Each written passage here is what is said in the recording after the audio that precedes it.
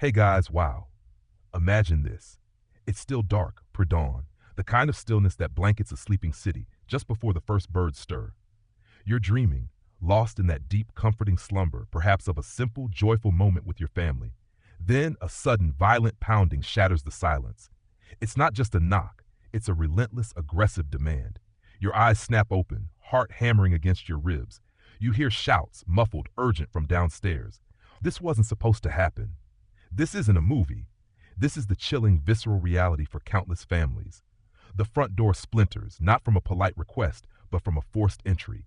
Heavy boots thud across the floorboards. Voices, authoritative and cold, bark commands.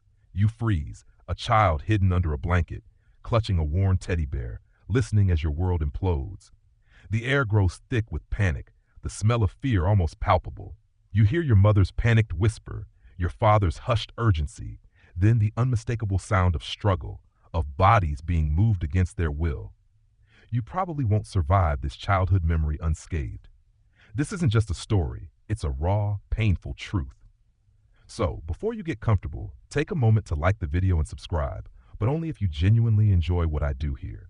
Tell me, where are you watching from and what time is it there? Summary, inspirational, call to action, and let's go on the journey of today's story together. The terrifying immediacy of that moment, the way it rips through the fabric of ordinary life, is difficult to convey. Children, fast asleep just moments before, are thrust into a nightmare. They wake to a house swarming with strangers, their parents being questioned, sometimes handcuffed and led away. The air is thick with unspoken questions, with the desperate silence that follows a sudden departure. For these children, the world has just tilted off its axis. A report from the New York Times chronicling a series of such raids in Mississippi detailed how children were left sobbing, clinging to neighbors or even strangers, their parents vanishing into the early morning gloom. The sheer brutality of these moments, often conducted under the guise of public safety, leaves an indelible mark. It's an odd, unsettling detail that ICE, in some of their official communications, often emphasizes community outreach and public affairs as key components of their mission. Yet the very actions of these raids often do the exact opposite. They shatter community trust and create widespread fear, particularly among vulnerable populations. A commentary from the Marshall Project highlighted the psychological toll this takes, not just on the individuals directly involved, but on entire communities, fostering a pervasive sense of anxiety and instability. The impact of such events is not just immediate, it echoes for years, shaping the lives of those left behind. You try to make sense of the chaos, the sudden, overwhelming presence of strangers in your home. These aren't police responding to a crime. These are agents of U.S. Immigration and Customs Enforcement, or ICE, carrying out what they call targeted enforcement operations. But from your perspective, huddled in the dark, it feels anything but targeted. It feels like an indiscriminate storm. The context of these raids is complex, often framed by officials as necessary measures for national security or public safety. Yet, for the communities experiencing them, they are instruments of fear and separation. These operations, often conducted at night or in the early morning hours, are designed to catch individuals off guard, maximizing the element of surprise. This tactic, while efficient for enforcement, is devastating for the people whose lives are upended. Consider the data. Track Immigration, a research center at Syracuse University, meticulously tracks immigration enforcement activities. Their reports frequently highlight spikes in arrests during specific periods, often coinciding with shifts in political rhetoric or policy. While ICE reports detail the number of removals and arrests, they rarely, if ever, quantify the collateral damage, the children left behind, the families destabilized, the communities terrorized. You won't find a line item for childhood trauma in their budget. An official statement from ICE might boast about the number of at-large arrests, portraying them as successes in upholding immigration laws.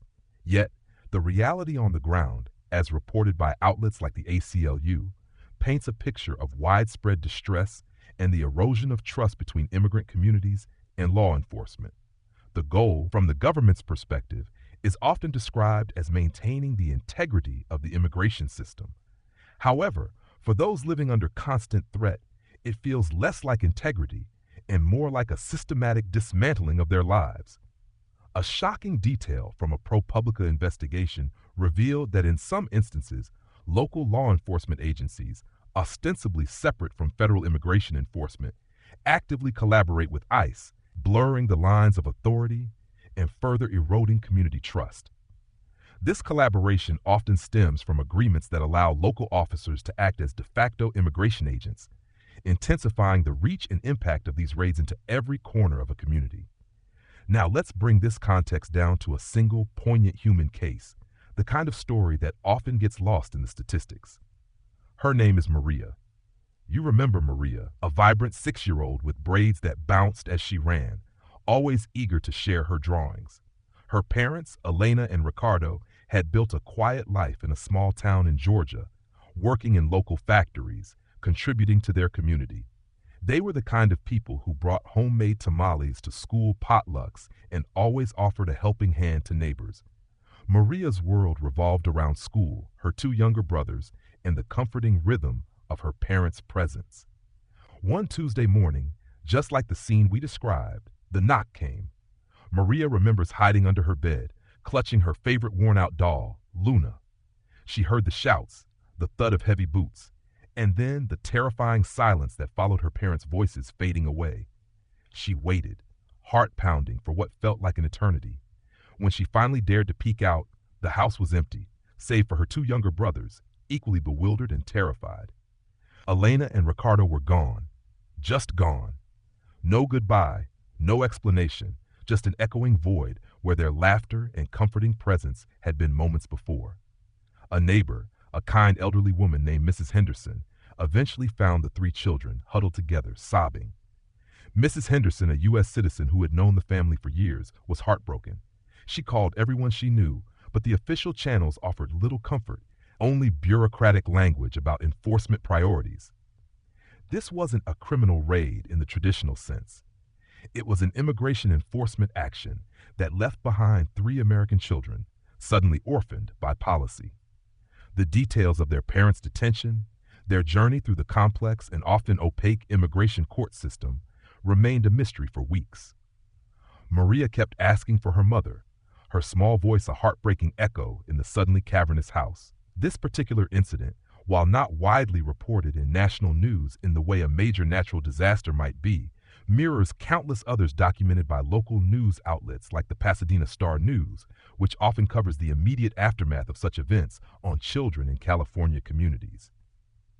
It's a stark reminder that behind every statistic of an apprehension or removal, there is a family, a child, whose life has been irrevocably altered. You try to understand the logic, the cold, hard facts that underpin such a devastating action. Maria's story, while deeply personal, is not an isolated incident. The numbers tell a starker tale, painting a picture of systemic impact rather than individual misfortune. According to data from track immigration at Syracuse University, thousands of parents have been apprehended and deported in recent years, often leaving U.S. citizen children behind. For example, between 2008 and 2017 alone, over 500,000 parents of U.S.-born children were either deported or detained. Think about that. 500,000. This isn't just a statistical anomaly. It's a consistent, calculated outcome of immigration enforcement policies. These figures, while publicly available on sites like track.sir.edu/immigration/, rarely make headlines in a way that conveys the profound human cost. What's truly striking and often overlooked is the sheer volume of cases that move through the immigration court system. Track data also reveals that immigration courts are massively backlogged, with hundreds of thousands of cases pending. This means that even for parents who are apprehended, their legal battles can drag on for years, leaving their children in a cruel limbo, uncertain if or when their parents might return. An odd, almost surreal piece of information. Sometimes, ICE detention facilities, as seen in reports from CBS News New York, are located in remote areas, making it incredibly difficult for families, especially children, to visit their detained parents. This logistical challenge further isolates children like Maria from their parents, transforming a legal process into a form of psychological torture. The official reports from ICE often highlight their focus on criminal aliens, but the reality, as revealed by organizations like the ACLU, is that a significant number of those apprehended have no criminal record beyond their immigration status. A review published by The Guardian on U.S. immigration issues frequently points out the disparity between the stated mission of enforcement and the actual demographics of those affected. This discrepancy raises serious questions about the true priorities and impact of these operations. The facts, when laid bare, expose a system that, while designed for enforcement, inadvertently or deliberately inflicts immense suffering on the most vulnerable members of society. You're left grappling with the ethical debate. Where do we draw the line between national security and human compassion? On one side, you hear the argument for sovereignty. A nation has a right, even a duty, to control its borders, to enforce its laws, and to ensure the safety of its citizens. This perspective often emphasizes the rule of law, suggesting that if individuals violate immigration statutes, there must be consequences. Proponents of strict enforcement argue that without these measures, the system would descend into chaos, potentially compromising public resources and national security.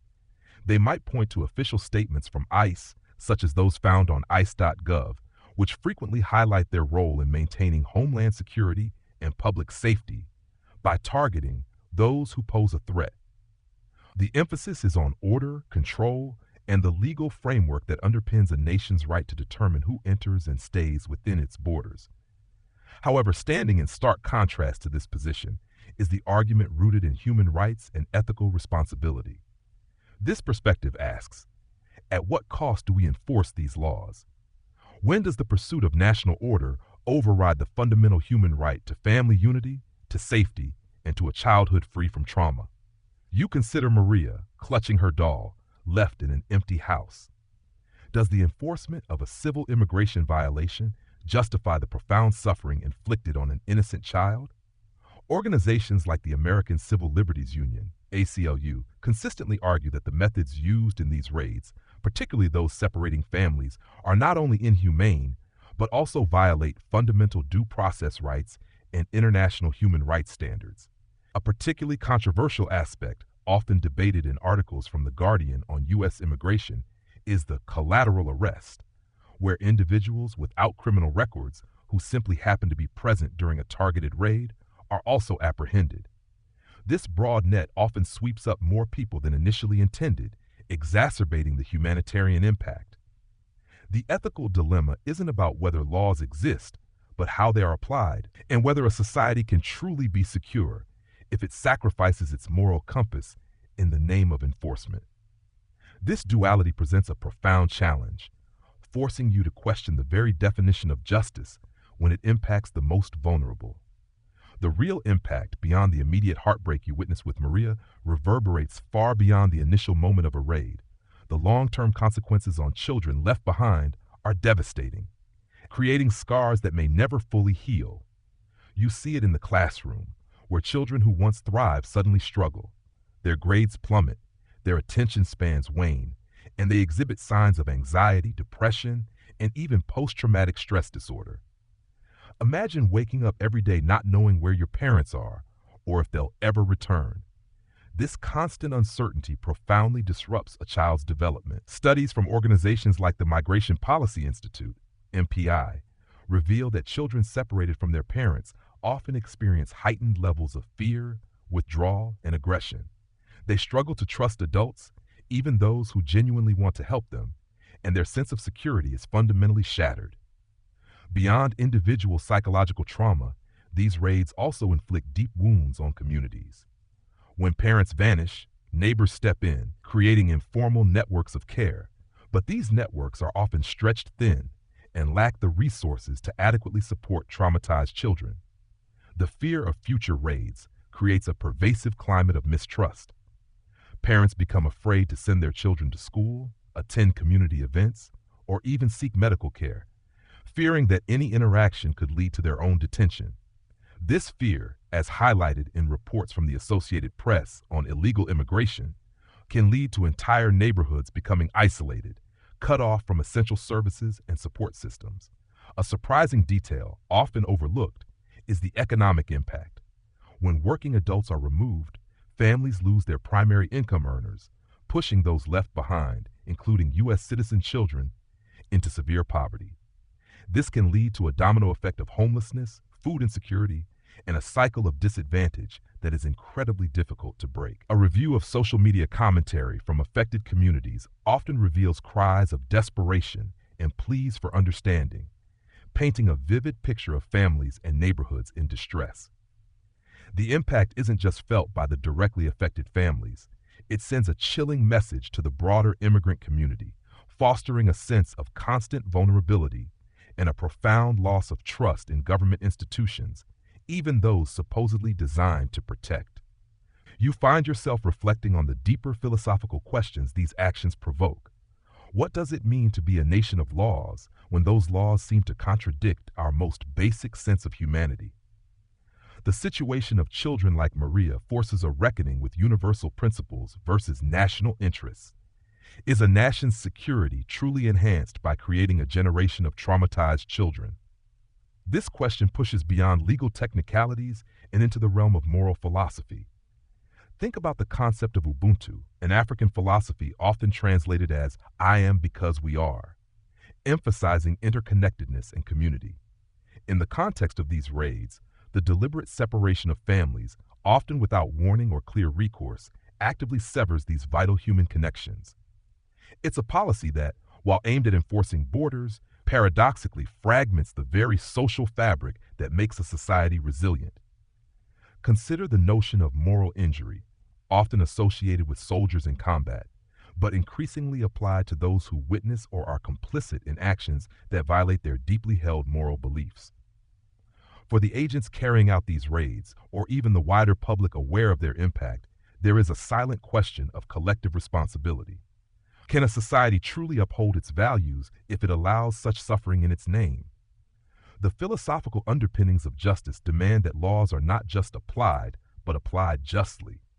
When the application of a law leads to profound and demonstrable harm to innocent parties, especially children, it forces a reevaluation of the law itself, or at least its enforcement mechanisms. A fascinating, if unsettling, piece of social commentary found on a platform like Wired often delves into the ethical implications of using advanced technology for surveillance and enforcement, arguing that the depersonalization of immigration control through data and algorithms makes it easier to overlook the human element. The very idea of illegal status, while a legal designation, obscures the reality that these are human beings with lives, hopes, and families. The philosophical challenge is to see beyond the legal label and recognize the shared humanity, to ask whether the pursuit of a perfectly controlled border is worth the erosion of fundamental human decency. It's about discerning if our laws reflect our highest ideals or merely our deepest fears.